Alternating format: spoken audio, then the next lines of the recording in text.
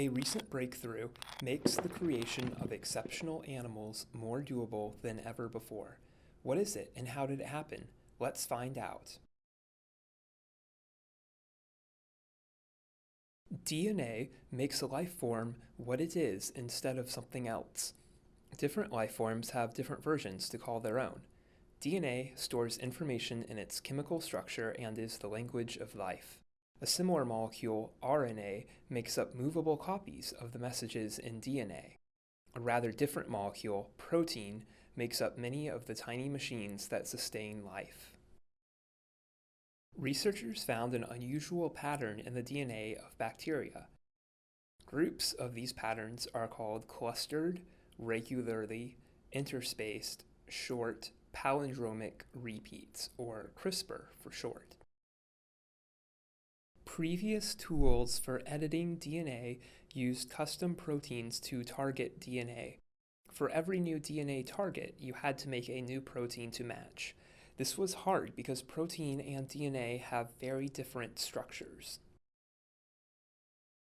The CRISPR-Cas9 system in bacteria uses two RNA components that can be combined into one RNA that does both jobs. The same Cas9 protein can work with many RNA guides to reach many targets in DNA, so that it doesn't destroy the saved DNA telling it what to go after. It looks for a special mark before acting. When Cas9 breaks the targeted DNA, a new version can replace the previous DNA. This DNA editing can disable genes by mutation or add new ones instead. Just as the DNA of a child has about half from each parent, DNA is passed down half of the time in many cases.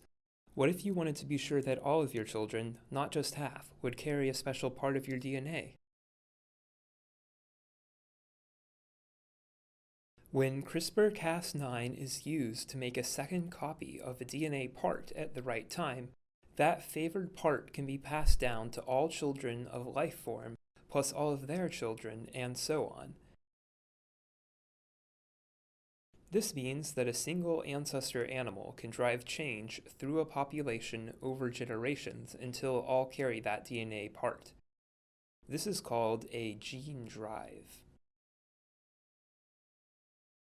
The gene drive scientist Kevin Esvelt has called for open conversation and careful consideration before using a gene drive outside the laboratory.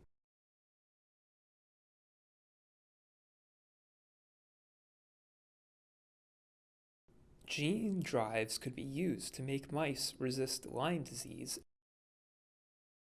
and prevent mosquitoes from spreading malaria.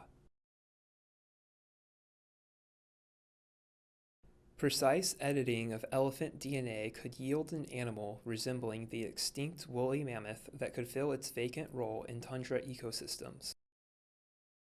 Another proposal could restore the extinct passenger pigeon by editing band-tailed pigeon DNA. Now that such a powerful tool as CRISPR-Cas9 is here, previously implausible ideas are emerging as potential outcomes. This calls for thoughtful evaluation of potential projects in advance of experiments. Who knows what exceptional animals may arise next?